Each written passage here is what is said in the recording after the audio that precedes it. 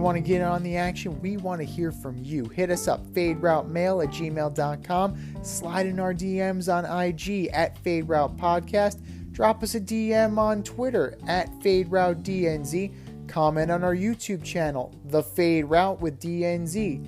Questions, comments, picks, segment suggestions, you name it, we want to hear from you. Get at us, in crowd.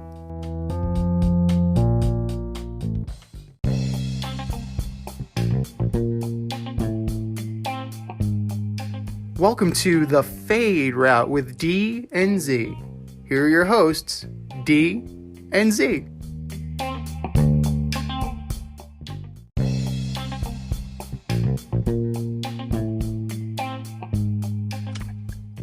Welcome, everybody, to this week's episode of The Fade Route with D and Z. I am Z, and it's about time the pitching showed up in the Yankees Rays series.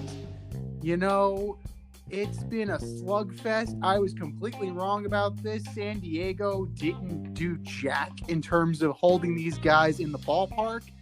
And frankly, this game has been a palate cleanser. And here he is. I've known this guy since our days on Carousel Shoes, the last QB in St. John's history, flight crew through and through. What's up, D? How's it going? Hey, man, we got a great show. We do have a great show tonight. But first things first, before we get into the games, let's first pay a little respects to not just the late, great Bob Gibson, who passed away last week, and we didn't get a chance to say goodbye to him, but also Whitey Ford left us today. He was 91, lived a full life. Great pitcher, Hall of Famer, world champion, and all around, who would you rather have, in terms of left-handed pitchers? Sandy Koufax, Whitey Ford, he's got to be up on that list. Yeah, one of the best all time. I never apologized for doctoring the ball. No. But yeah, true legend. Played on some really strong Yankee teams with DiMaggio and Berra and Mantle. I believe Whitey was Mantle's best friend on the team. Yes, he was actually, and I believe the thing they had the most in common was they both loved scotch. Absolutely, and That's awesome. Billy Crystal actually really played that relationship off very well in the movie 61. And you really got a sense of the fact that that relationship was very real, and they had a chance to, really speak to Whitey and get his input on these things. And he will be missed. He will be missed, and not just by Yankee fans, by all of Major League Baseball fans. Definitely. Well, and so we got Cole versus Glasgow. Yeah, I was very surprised with the length that Cole gave us, actually, especially when he's out there in the first inning and he's fidgeting and he's uncomfortable and he looks like the worst combination of Mike Messina, Roger Clemens, and Jabba Chamberlain. And man, he's a power pitcher, dude, though. Holy man, he really blows people away. He came out 98-99 on 3 days rest. I mean, I remember when they would pitch Pedro on 3 days rest, he could barely hit 92 on those days. That's true. And what's amazing to me is, the velocity is there, but the pinpoint control and accuracy. Yeah, no. He's painting the black. Yeah. And honestly, like, if Greg Maddux had Cole's stuff, like, he would have been even better. Like, it's crazy to me that how he's able to combine not just country hardball, but pinpoint location. No, he's good. He's good. I can't take anything away from him.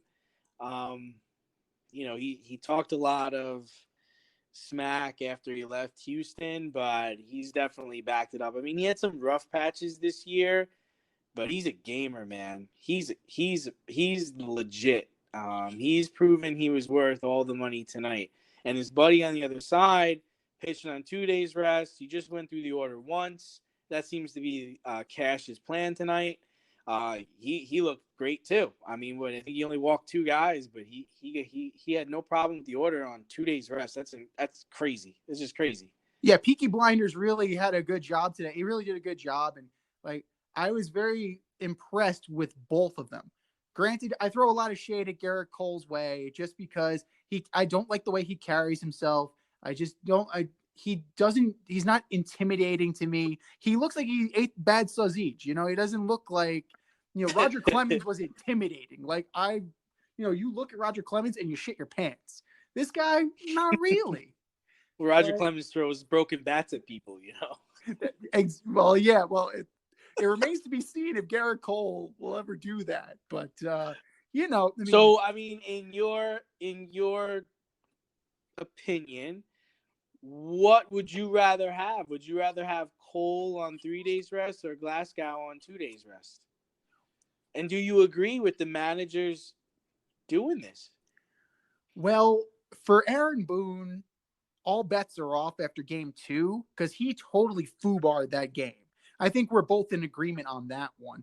Kevin Cash. Well, how do you just not tell the guy? Like, how do you not tell Hap, hey, we're only going to let this guy pitch an inning and then we're going to you? Like, Hap didn't even know. Well, they've been screwing with this guy all year. Like, it's amazing. It's like, dude, if you don't want him, get rid of him.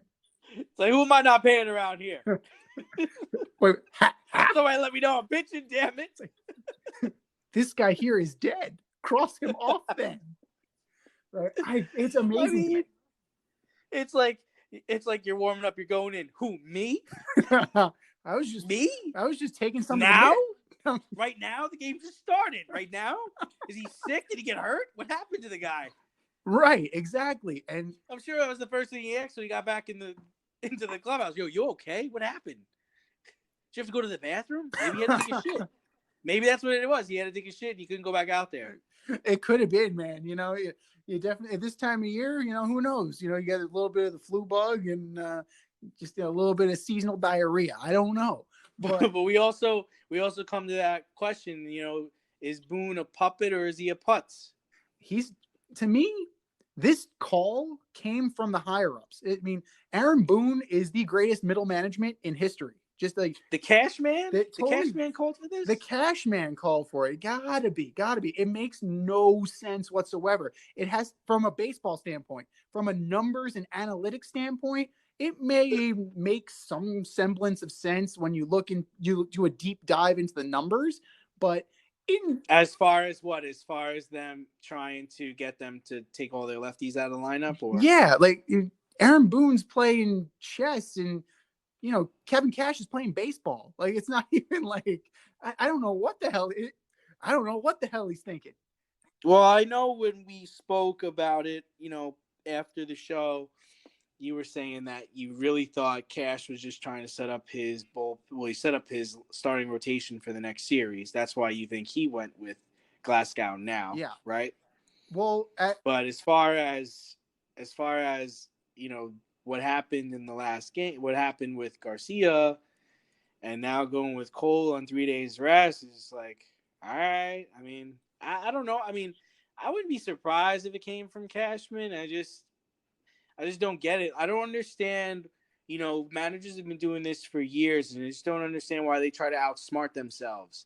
Like, these are professional baseball players. Just go out and live with the result of the game. You guys got hitters too. You don't know what's going to happen. Precisely. I remember back in the late 90s, I used to hate it when Bobby Cox would pitch Glavine on 3 days rest or pitch Manning on 3 days rest. Why? We got Smoltz, we got Avery, we got other guys. Like, what are we doing? And they never won those games. They always lost by the third or fourth inning. They were exhausted. They couldn't hit the corners. It was terrible.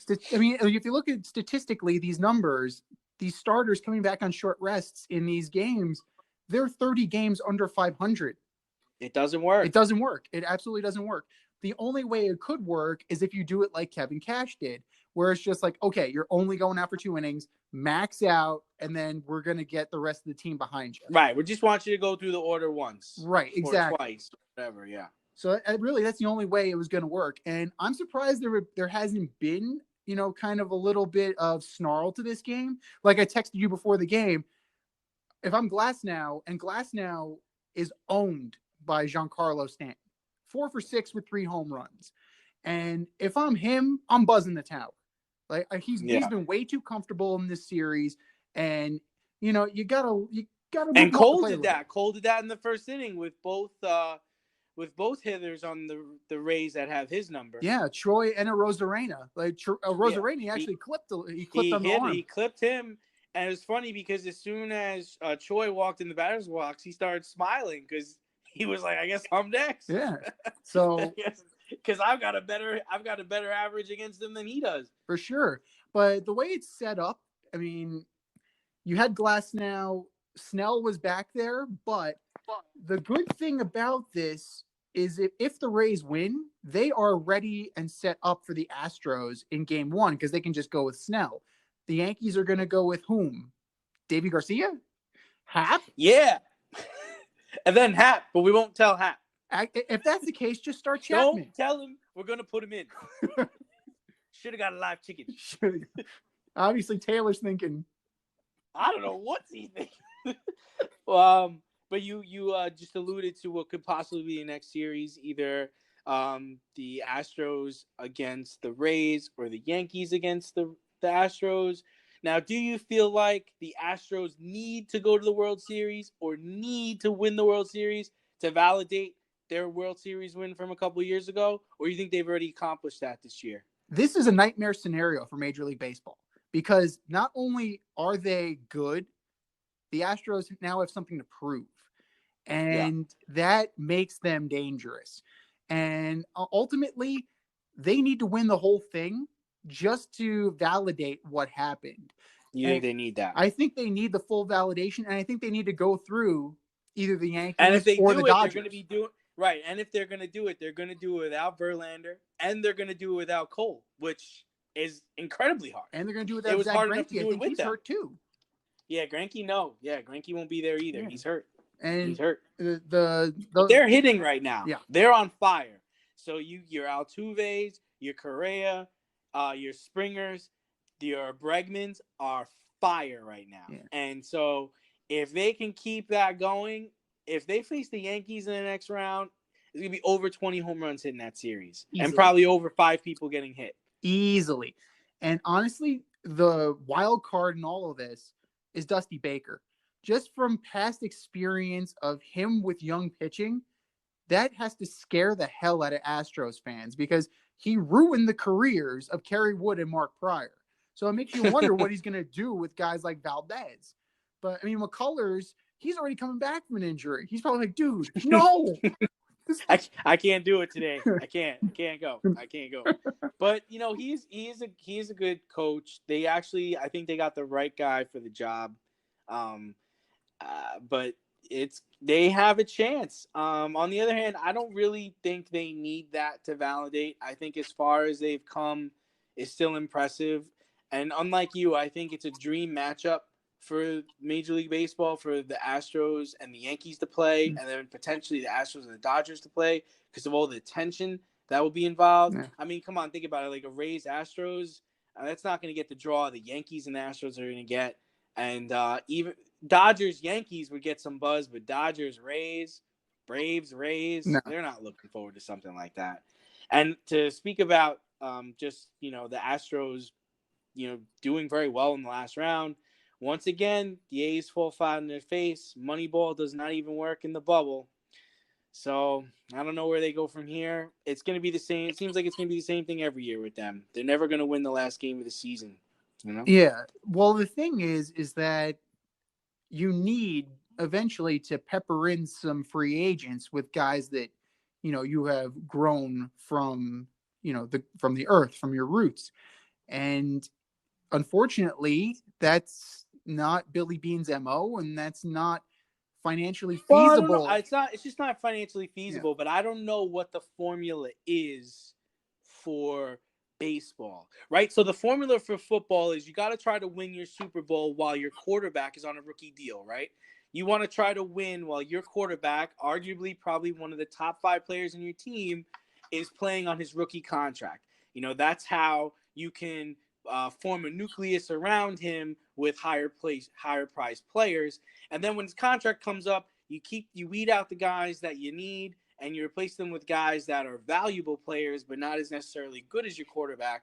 But I don't know what the formula is for baseball. There's such a different temperament there. There's such a different team makeup there. And, I thought a couple of years ago, Billy Beane was getting close to figuring that out, but clearly he's not. I don't know. It's, he tried to do it with Hudson Mulder and Zito. It didn't work.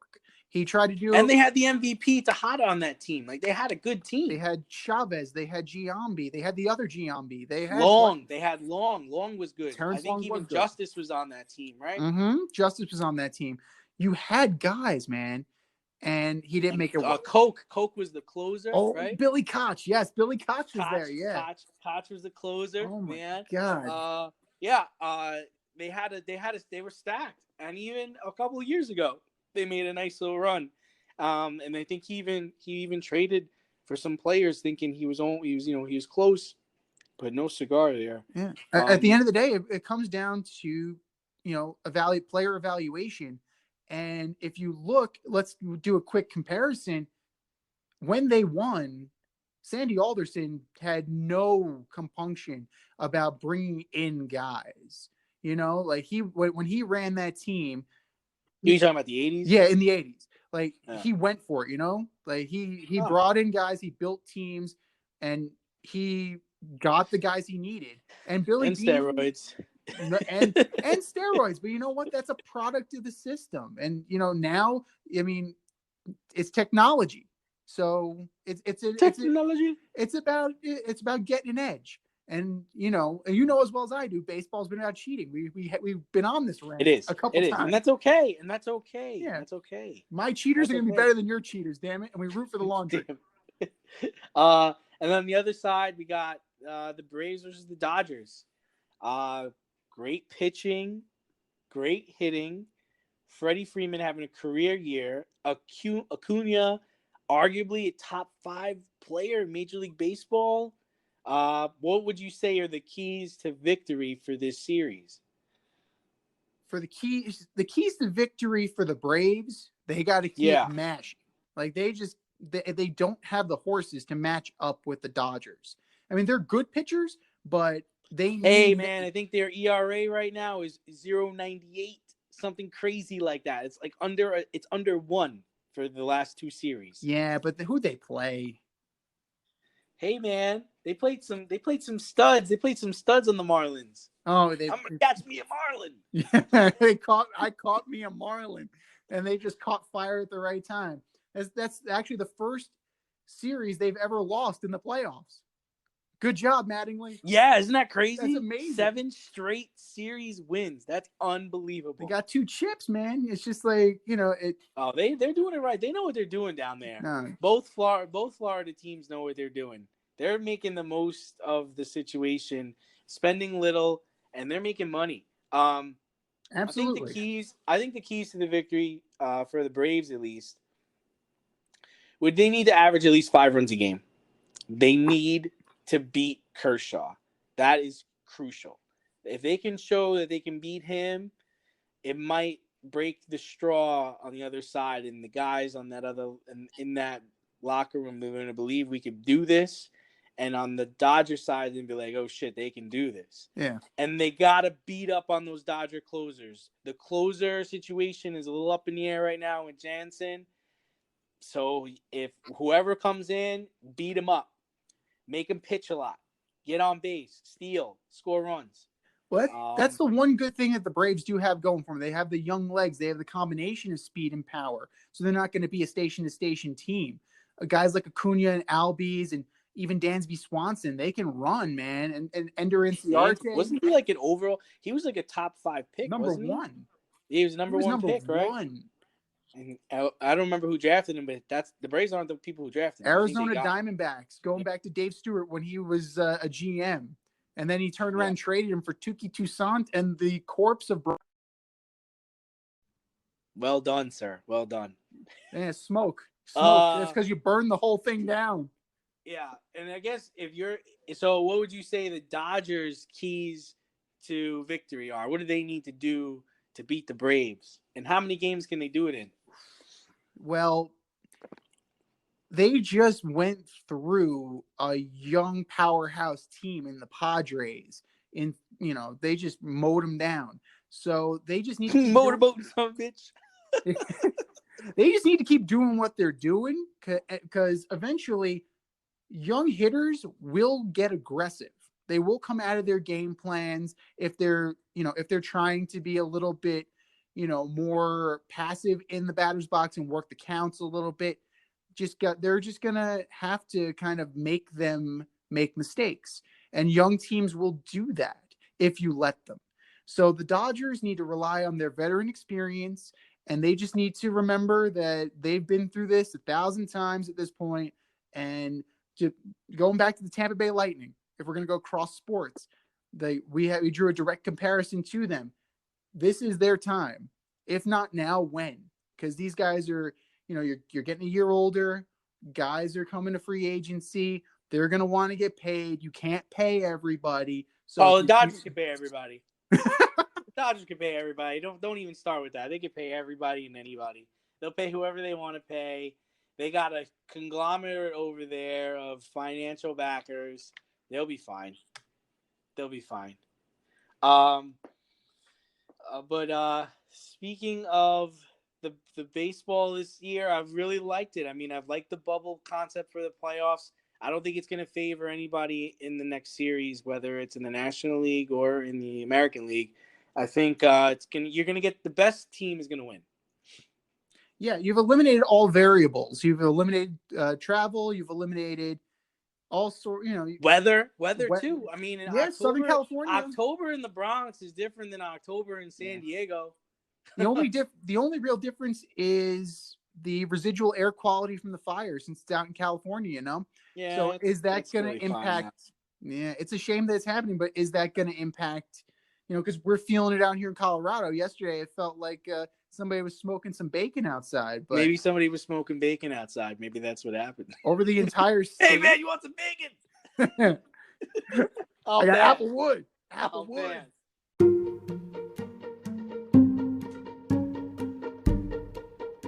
I'm getting hungry over here.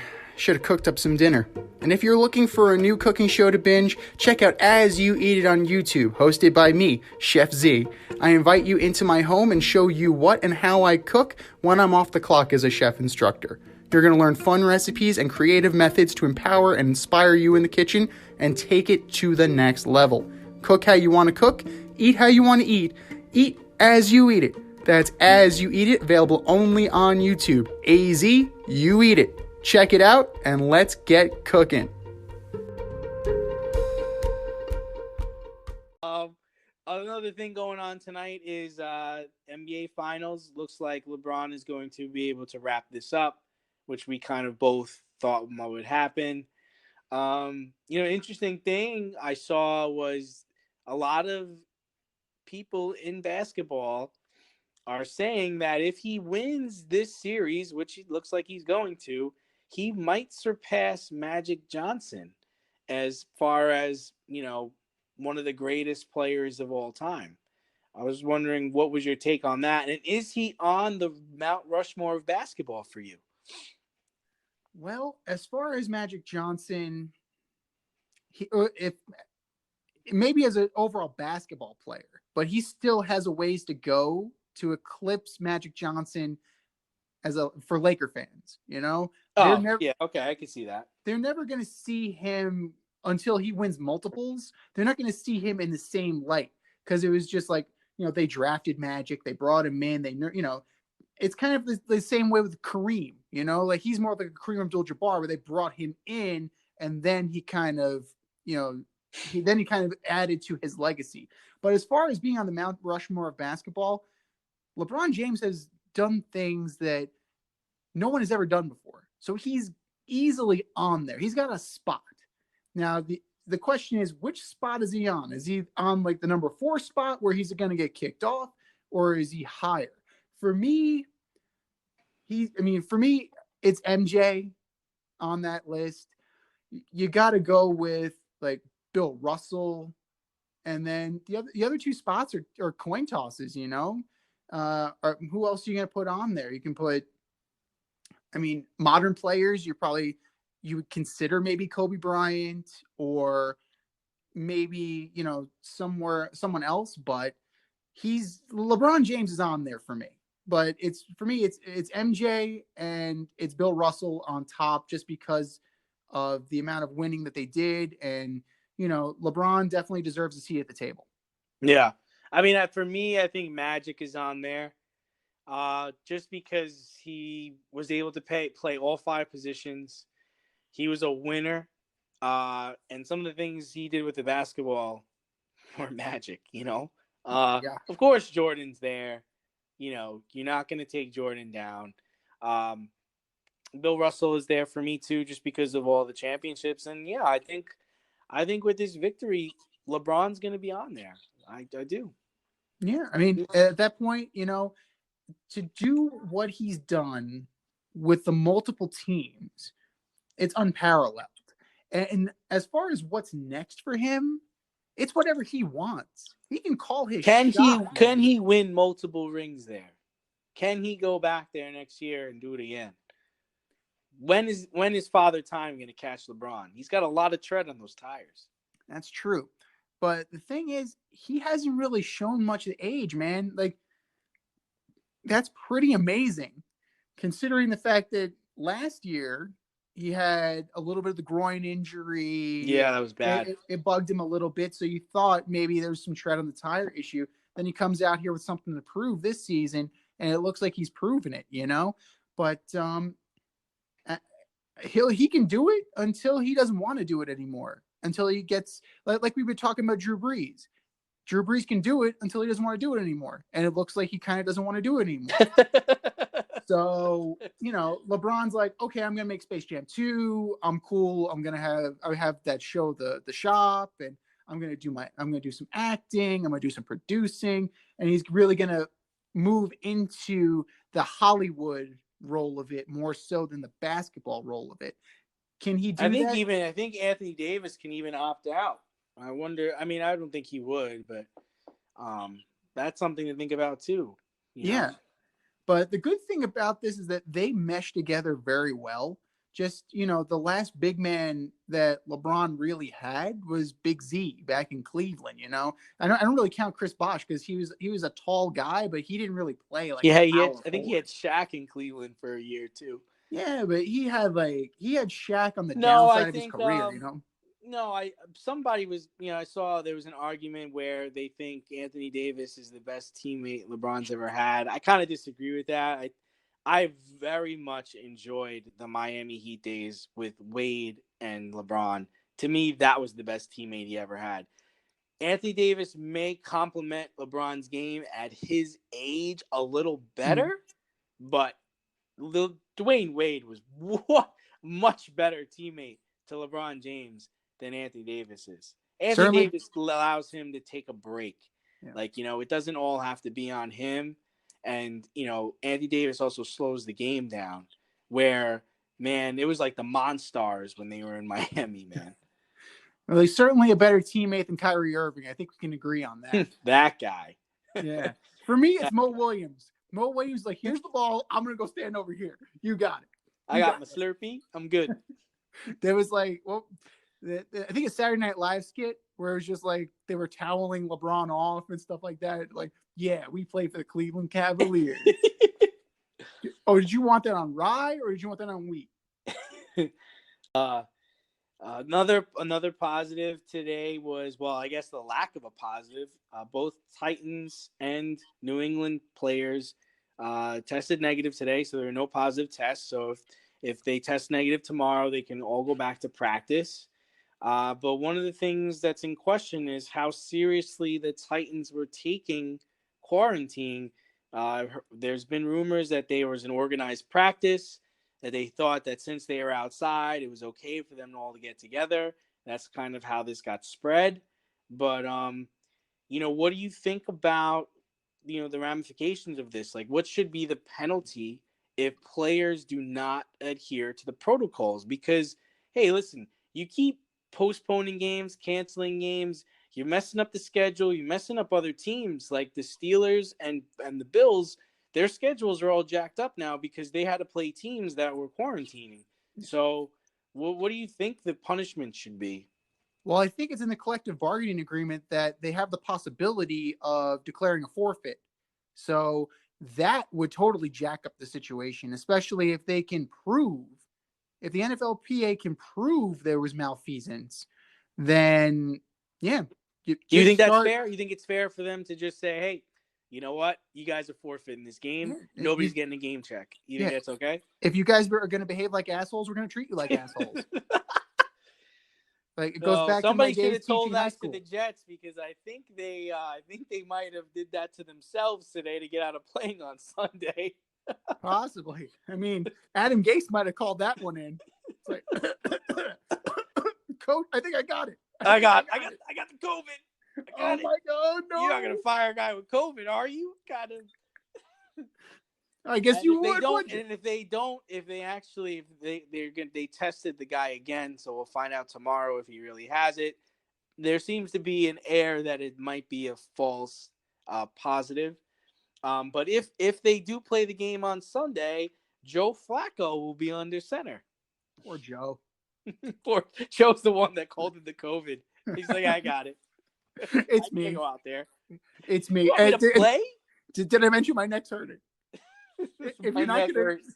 oh my neck, my neck hurts. You haven't been hit yet, Joe. I know it's tension. it's preemptive. But yeah, I do feel bad for Sam Darnold. He was clearly one of the only guys trying in that game. He sprained his AC joint, and the story of him going up to Flacco saying, "Get your effing helmet off. I'm going back in." Good for you, kid. But you had mono, you had the AC joint thing. He's had a bad. It's we talk about it almost every week now. He's had a bad rap, and it seems to be getting worse. Yeah. I was thinking that they could be one of the contenders for the Trevor Lawrence signing, but now Washington's decided to bench Dwayne Haskins. They're going to their backup this week. I heard that.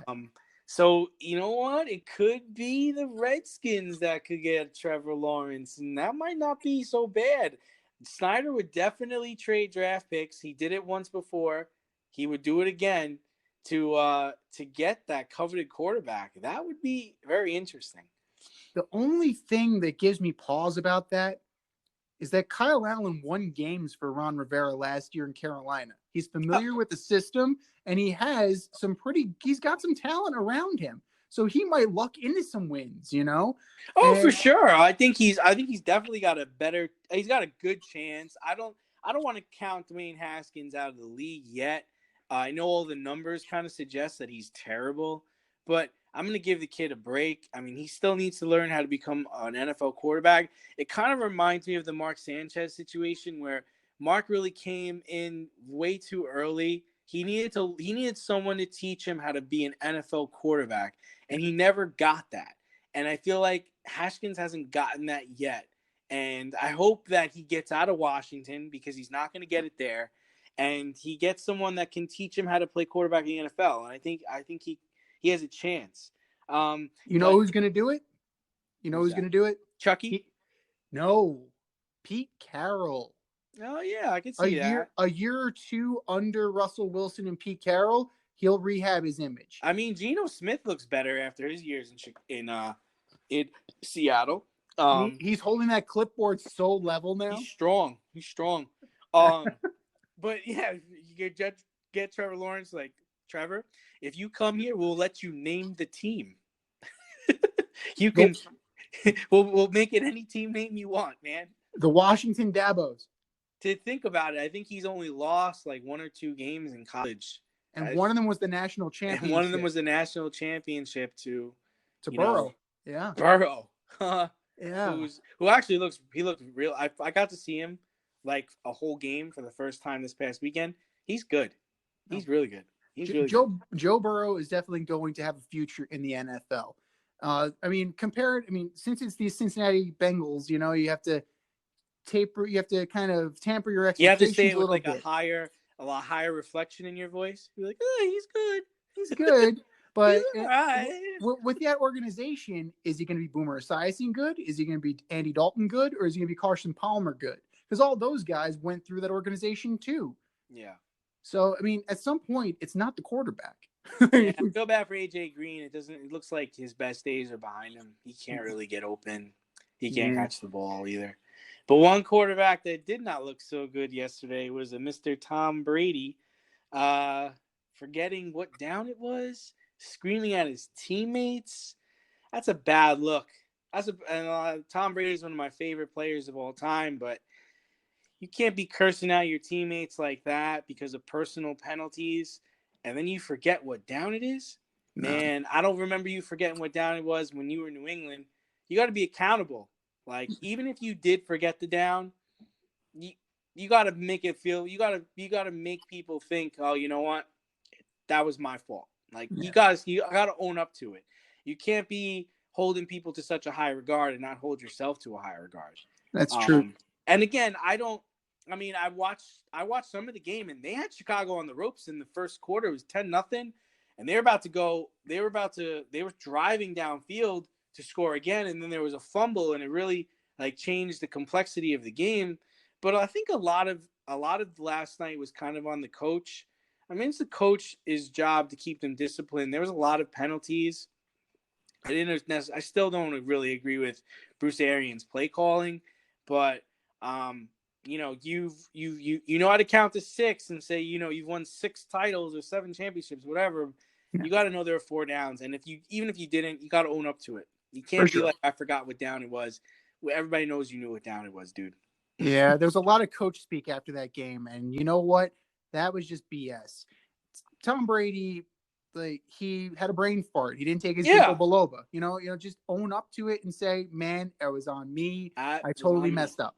Yeah, it's like with we all talk about how Drew Brees, we know he's at the end and his arm is showing that. Yeah. And maybe we know Tom is getting towards the end because he's having some mind lapses. In the first game, BA mentioned that he, didn't agree with some of the audibles Tom called, didn't agree with some of the passes Tom threw. So maybe that's the part of his game that's starting to diminish, is the mental aspect of it. Because you know what? We don't know what went on in New England for the last 20 years. We don't know if Josh Daniels was in his headset reminding him of the down and distance, or reminding him what his check down should be, or going through progressions. We don't know what was said. And sometimes you just feel comfortable with somebody, somebody you've been working with for a long time. Right now, he's got Byron Leftwich calling the plays in his ear. Yeah. I mean, I'm not trying to knock Byron Leftwich, but that's a big difference, And there's probably some parts that Tom, after what, like 3 months in Tampa now, he's probably like, man, I know more than all you guys. And, right.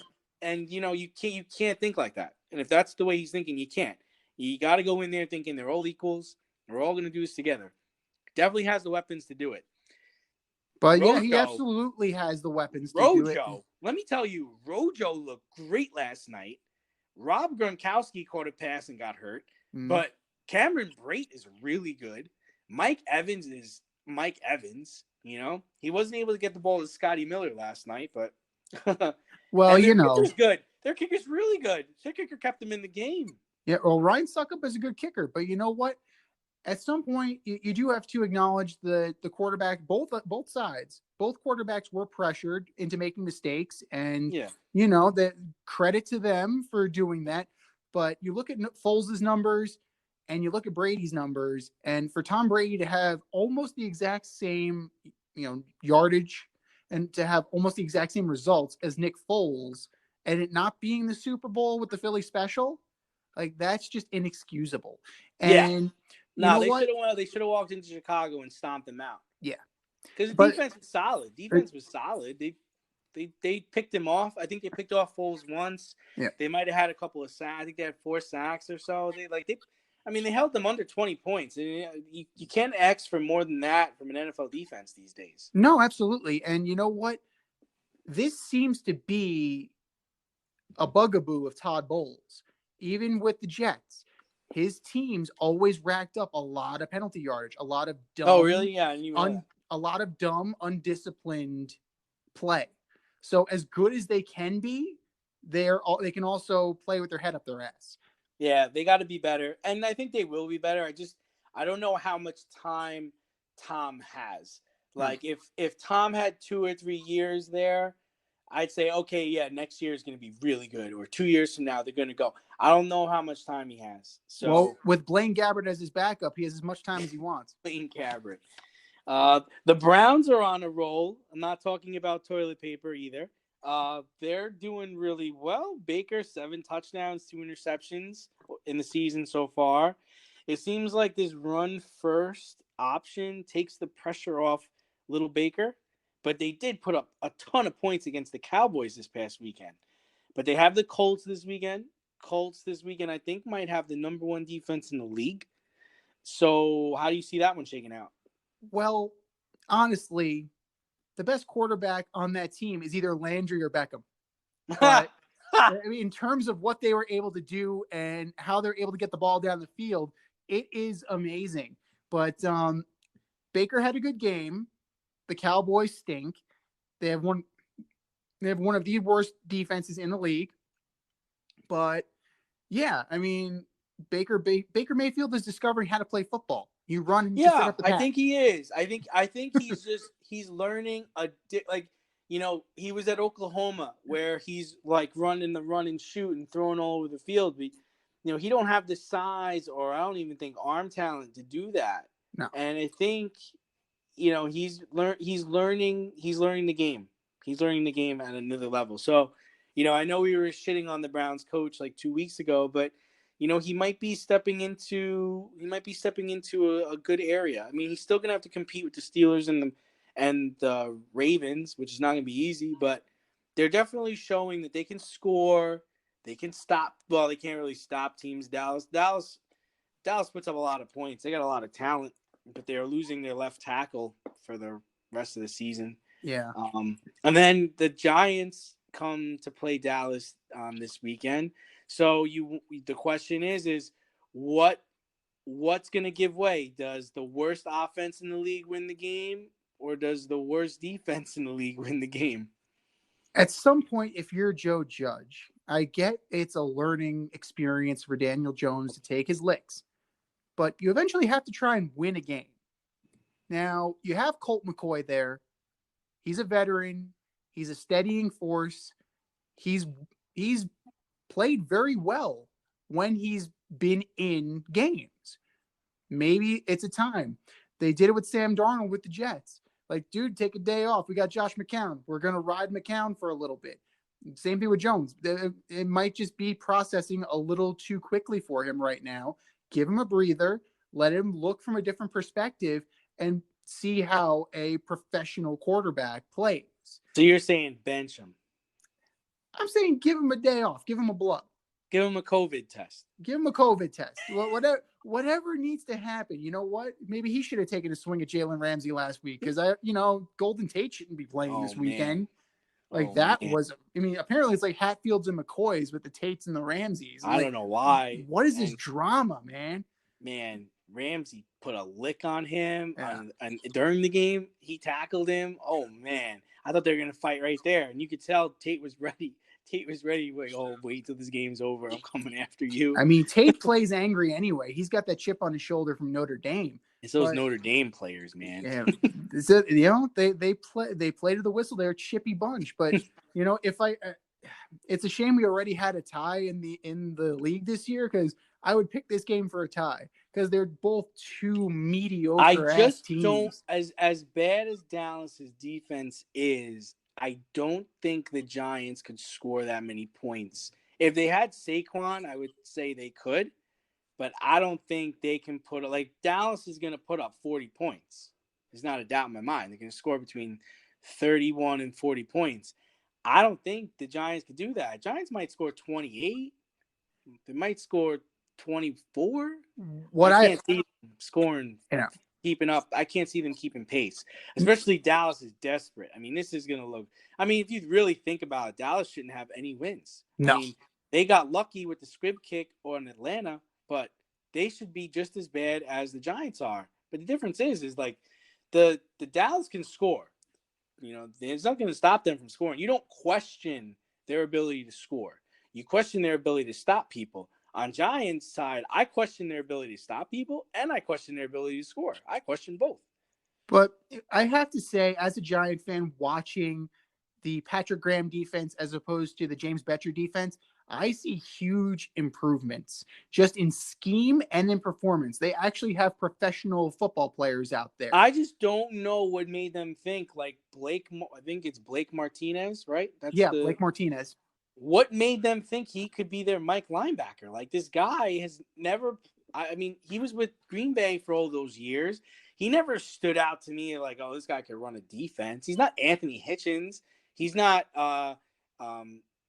any of those top of the line linebackers. He's not like a Hightower or a Junior Seau type. I mean, he's just the regular guy. He's like a Chase Blackburn, for crying out loud. Hey, you know what? Chase Blackburn was the heart of that defense, and I really think that what you bring to the table with Blake Martinez is a motor and a want to.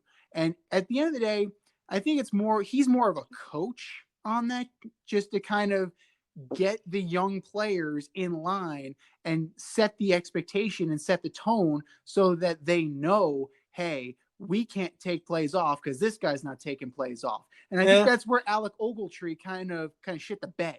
Yeah, I like Ogletree, and I was surprised when the Rams traded him, got rid of him. I was like, what? Like, this guy was like a foundation of a defense, and you guys just let him go? And it's like you said, it's like, yeah, this is what Ogletree is supposed to be, and he's really not. Yeah. Speaking of let go, Bill O'Brien is no longer the head coach of the Houston Texans, and he's not the GM and team president anymore. So, sorry, Bill. Yeah, apparently he had a fiery exchange with J.J. Watt during week 3, and they said after that fiery exchange, he lost the team. And that could be seen in the way they played the last 2 games. I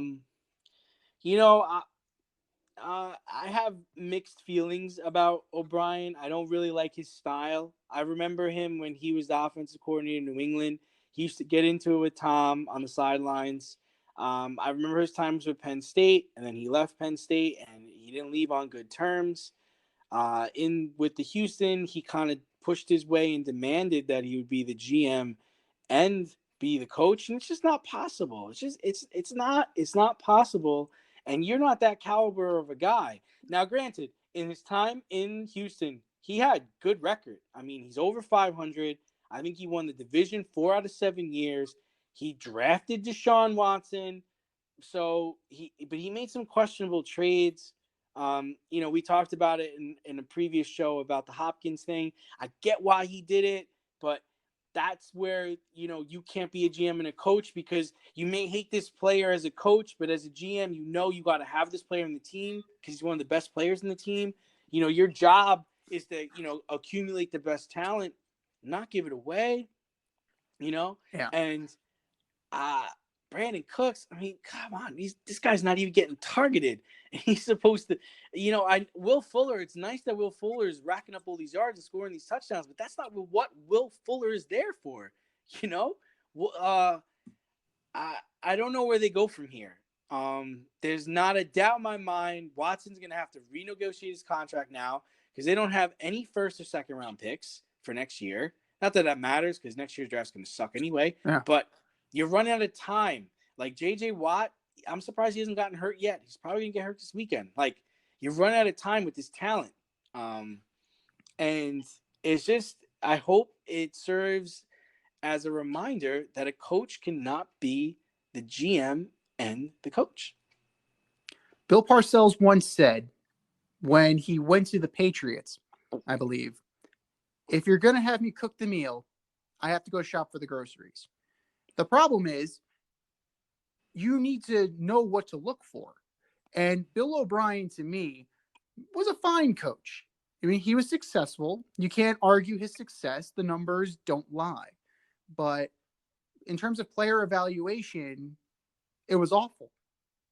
Some of the decisions he made, head-scratching decisions, mortgaging your future for Laramie Tunsil and Kenny Stills. Tunsil's good. He's good. Tunsil's good, but is he worth Is he worth what you gave up? Probably not. Trading Jadeveon Clowney, was that worth what you gave up? I'm not sure. I'm kind of down on Le'Veon. I'm kind of down on Davion. I thought he would be a better pro. He's good. He's not great. Yeah. Kenny Stills, he's all right. But but in that defense with Merciless and Watt, it was a cohesive unit, and they definitely played better together. So yeah, for me, that definitely, that definitely falls on the coach. And with Romeo Crennel being the interim head coach, it's not going to change anything. nah. And honestly, This is gonna be bad. no, it's going to be bad. We've seen this before with Romeo Crennel. He's a good coordinator. He's not a good head coach. He's borderline excellent coordinator. Excellent, For really. sure. But the head coaching aspect, not his strong point. The good news though is that they're in the division with the Jaguars, the Colts. So they should be able to rack up some wins. But I mean, you're like I said, a year ago they had the champs on the ropes, man. Yeah. They had the champs on the ropes, and it makes you wonder though, if you are bringing in Romeo Crennel and you know that he's just not the guy, and where do you go from here? You have no talent, no really discernible talent. It's Dabo, man. They're gonna have to go for Dabo. If you're going for Dabo, do you also go for Trevor? Do you since Watson's deal is already done, do you float him? Do you see what interest you get? Or if you bottom out for the number 1 pick, like, you have a couple of interesting chips there. JJ Watt's not going to get you anything. Whitney Merciless isn't going to get you anything. David Johnson's not going to get you anything. No. Makes you wonder if to rebuild that team, you may have to do something drastic. I'm not saying. Yeah, I think they're gonna have to trade out. They're gonna have to trade out of their pick. They're gonna have a top 6, top 7 pick. They're gonna have to trade out and get draft picks. Like, you're gonna have to try to get 3 or 4 draft picks, because you're not gonna be able to do anything with the next draft. And granted, you probably shouldn't want to, because you don't know what you're gonna get. You're definitely stockpiling for the following year, because, like you said, Watson's locked up. He's not going anywhere. So you're going to have to build a young team really around him. And like I said, the good news is the teams you're competing against aren't world beaters. You're playing the Titans. You're playing the Jaguars. You're playing the Colts. Any given Sunday, you can beat any of those teams. They're not overbearingly powerful where you can't stop them. It's very true. The one guy who's been able to make the role work of coach and GM is Belichick. And what he's good about is taking a guy that maybe has a little bit of value and turning him into a pick, and then taking that pick and turning him into more picks. So yes, do you, if you put your GM hat on as GMD, if you have Whitney Merciless, you have JJ Watt, you don't know, you're not going to have them much longer. Do you flip them? Do you get them? Do you send JJ Watt to the Steelers to play with his brothers? Do you send Whitney Merciless to the Seahawks? Do you send him to somewhere to kind of Dallas? Thank you, Whitney. Thank you for what you did for us. We're gonna try and put you in a better position to win, because this ain't it. You could try. I don't think you're going to get more than a 4th or a 5th round pick for them. They're just not. I don't think people are going to give up a lot for JJ Watt. I mean, look at what Randy Moss went for. He went for a 4th round pick and a ham sandwich. It's just you're not going to get the max value for them. But yeah, you could try, but they're not in as bad a situation as the Jets are. But no, they're gonna have to start over, and it sucks because you built something up. You're at the peak, and now you're in a situation where you can't even beat the winless Vikings at home. It's like, come on, man. Like, if he just wins that game, he has his job for another week. Everybody understood, the first couple of games are going to be hard. I mean, come on. They did have to go through Murderer's Row. It really was a tough, stretch for them, especially even with COVID going on. But, dude. But if you're looking at parallels, you have O'Brien and you have Dan Quinn in Atlanta.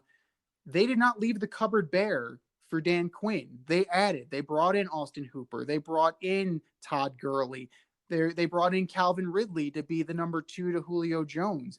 Yeah, and Julio's hurt, and they can't win either. They had a discernible plan, though. I can't tell you what Bill O'Brien's plan was, other than I don't like DeAndre Hopkins. I'm getting him out of Dodge. Right, and that's the whole thing. Is like you gotta think past it, and that's the problem. Is like while you're busy game planning, you don't have the time to put on your GM hat and see who's available, who's off practice squad, who can we claim, who could we bring in for a workout. We're thinking about 3 years down the line, thinking about 4 years down the line. Like the GM's job is, to think about the team in a 3 to 5 year span. The head coach's job is we need to win right now. How can I win right now? And that's the crazy part, because you know what? You may not like DeAndre Hopkins, but having DeAndre Hopkins on your team opens up Will Fuller. It opens up Brandon Cooks. It makes these guys better players. You got to put your differences aside. Like, we talked about a toxic locker room, but when you're on the field, if you're producing and you're playing, who gives a shit? Like, put it aside. Like, but at the end of the day, winning's got to matter more. Winners win, losers lose. All right. And the Jets get pick COVID. Segment. Yeah. I went 10-4 last week. I crushed it. I did not have as good of a week, but I mean, overall, I'm picking at 61%. So I'm happy with the result, but I got to do better. So Vegas would like you. Vegas would like me. They would take some of my money, but I would get some of it back, and I would be that guy in the sports book, just living the dream. Just as long as you're not that guy who's losing all his money to the stripper in the parking lot. That's afterwards. All right. So I have the Falcons winning over the Panthers. What do you got? I'm taking the Panthers. I don't believe in Dan Quinn. It might be 2 weeks in a row that somebody gets canned. I'm just saying. I don't know. I don't know if Arthur Blank would do that to him, and especially because all the players like him. They like him. See, Bill O'Brien lost the locker room. Yeah. So, I got Chiefs over the Raiders. We're in agreement. I'm taking the Chiefs on this one. Yeah. It should be close. The Raiders are an improved team, but the Chiefs aren't showing that they're slowing down. Yeah, unfortunately, I think the Raiders running back, I think he's hurt. I think he's playing hurt. That's gonna suck because he's on my fantasy team. Yeah. We got the Cardinals versus COVID this week. Who you got? If they play, because they still haven't left Arizona yet. They're waiting. No, they did. Did they finally leave? They left because they had to, but we won't find out till tomorrow if they're gonna actually play. They're just gonna circle around LaGuardia. They're just gonna keep going. No, it's worse. I think they fly into Newark. They stay in Newark. They got to stay in the swamps in Jersey. Oh my God, the Marriott or the Crown Plaza in East Rutherford. Oh my. Yes, goodness. The Crown Plaza. But I'm taking the Cardinals. It shouldn't even. I feel bad for Joe Flacco. Like, he might not finish the game, but he's gonna get. Oh man, they didn't even get to practice today. He's in for a long Sunday. And I got the Cardinals defense in fantasy, so that's gonna be great. So there you go. I got the Steelers over the Eagles, Battle of Philadelphia. The 49ers foobarred last week with the Eagles, and the Steelers aren't going to do that. They know who their quarterback is. I mean, you're not going to have Joshua Dobbs magically come into the game. So Steelers are going to handily take this one. The Eagles aren't that good. I got an upset. I got the Washington football team beating the Rams. Interesting. So Kyle Allen really, he takes you over the top. He gets it done. I just think that defense is going to swarm Goff. I think they're gonna come after him. Is Chase Young playing? Do we know that for sure? Or that's a good question. I'm not sure. I think he's going to play. If he plays, they'll definitely put up a fight. But I'm going to take the Rams. That offense is high powered, and eventually, he returned. He returned to practice today. Okay, so he should play. So that will make it closer. But I still think the Rams eke it out. Okay. I got the Ravens over the Bengals. No, it's not even close. The Ravens are going to win this game. I think it's going to be a closer game than people think. I mean, Lamar was hurt most of the week. He showed up to practice today. But Joe's pretty good. No, I mean, yeah, yeah. Joe Burrow's a legit quarterback, absolutely. But what he has around him, not there yet. Okay, we got the Bill O'Brien All-Stars versus the Jaguars. Who you got in that one? Romeo, why did you take this job? I'm taking the Jags. Minshew is Okay, gonna I'm gonna wear take his the Texans jorts and take it to the house. I think the Texans win, and I think they throw a bucket of water over Cornell for the victory. It's like that time they threw Gatorade over Marty Benson's head and he died of pneumonia. That's not good. Poor guy. Poor guy. I got another upset. I got the Dolphins over the 49ers. I am taking the Dolphins too. After seeing what I saw last week from the Eagles, Fitzpatrick is going to have Fitzmagic, and he's going to do what he does. So you do not think the backup quarterback is going to come into the Dolphins game?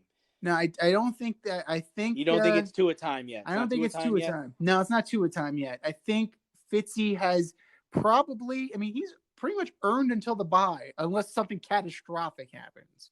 And Fitzpatrick is due for one of those games, so it could be.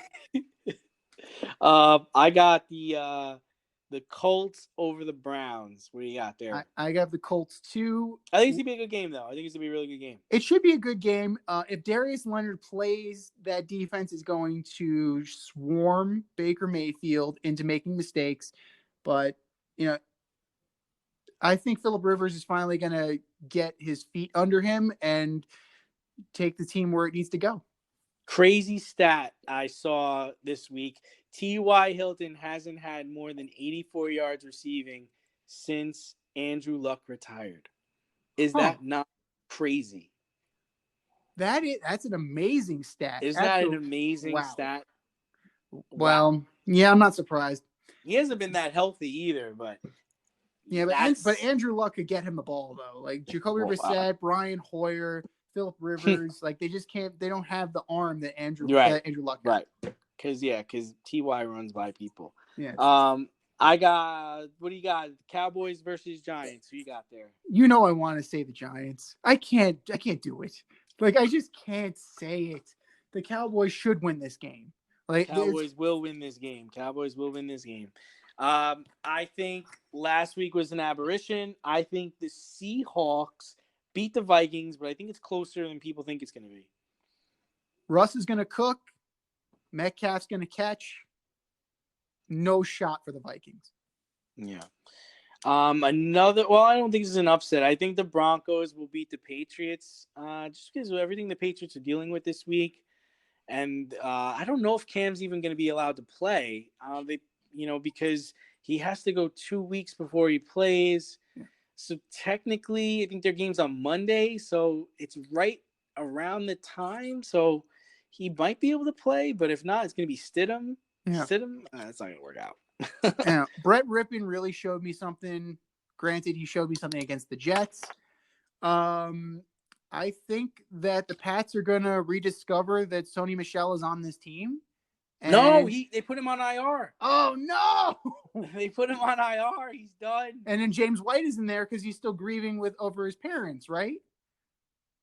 So no, James White is playing. James White is playing. He's grieving, but he's playing. Okay, so James White is there. That is definitely a factor. And Rex Burkhead, they're going to feed the beast, man. I think the Pats. I think they're going to win this one.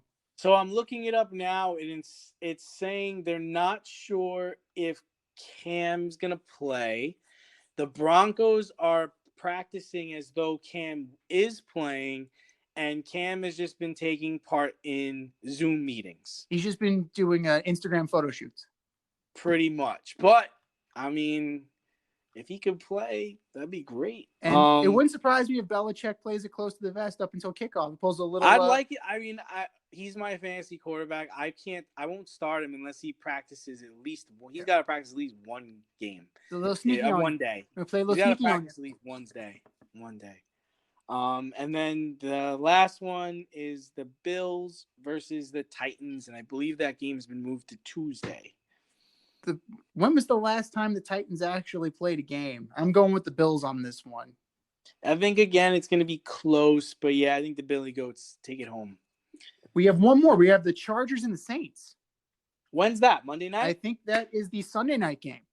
Or is it, no, it's the Monday night. No, it is the Monday night game. It was the Monday night game? Yeah. How did I miss that? Chargers. Well, because we had one more added, and then we have a Tuesday night football game. The schedule's all going to hell, man. I am going to take the Chargers over the Saints. The San Diego Superchargers via LA. Well, they're the LA Chargers. Via now, LA. Right? I'm taking the Saints. LA.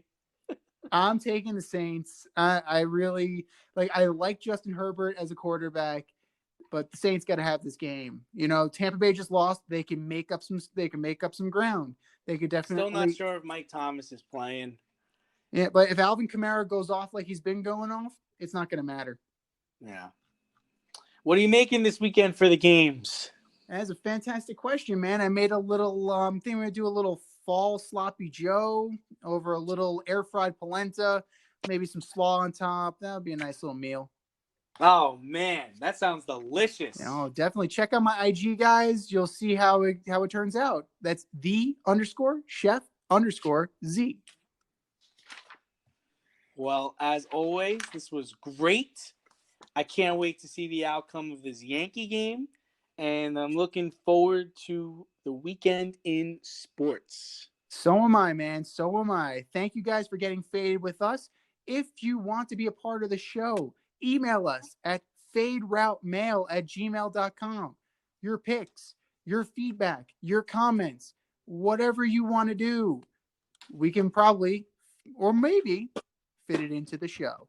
Thanks for getting faded with us one more time. I am Z, that is D, and we will talk to you again next week. All right. See you later. Later, brother.